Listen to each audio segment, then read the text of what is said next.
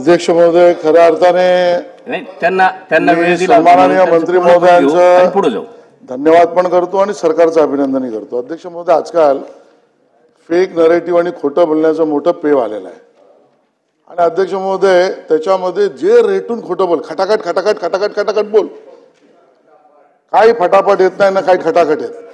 हे 2005चं पण प्रकरण असंच आहे। निर्णय करणार हे, आंदोलनाला पण उभं राहणार हेच, त्यांना खोटं बोलायला लावणार हेच, खोटं आश्वासन देणार हेच, खोटं बोलून मतं घेणार हेच म्हणजे विरोधी। आणि अध्यक्ष महोदय प्रत्यक्षात काय होत नाही। अध्यक्ष महोदय, मी सरकारचं अभिनंदन यासाठी केलं, त्यांनी किमान चर्चा करून 10-14% या दोन विषयातल्या प्रस्तावाचा एक मार्ग काढला। तो सर्वदूर सगळं त्या ठिकाणी मान्य झाला। सर्वोच्च न्यायालयाच्या निर्णयाबद्दल मंत्री महोदय बोलले।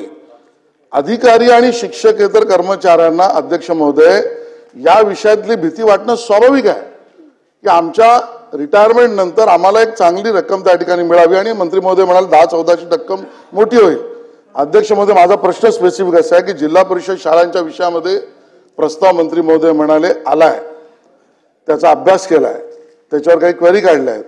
मंत्री महोदय उत्तर देऊ शकतात का की किती कालमर्यादेमध्ये जिल्हा परिषदेतल्या शाळांचा 2 महिने, 6 महिने, 3 महिने हा प्रयत्न सरकार करेल म्हणजे त्या ठिकाणच्या आमच्या कर्मचाऱ्यांना, शिक्षक आणि शिक्षकेतर कर्मचाऱ्यांना त्याची शाश्वती मिळेल, नंबर 1।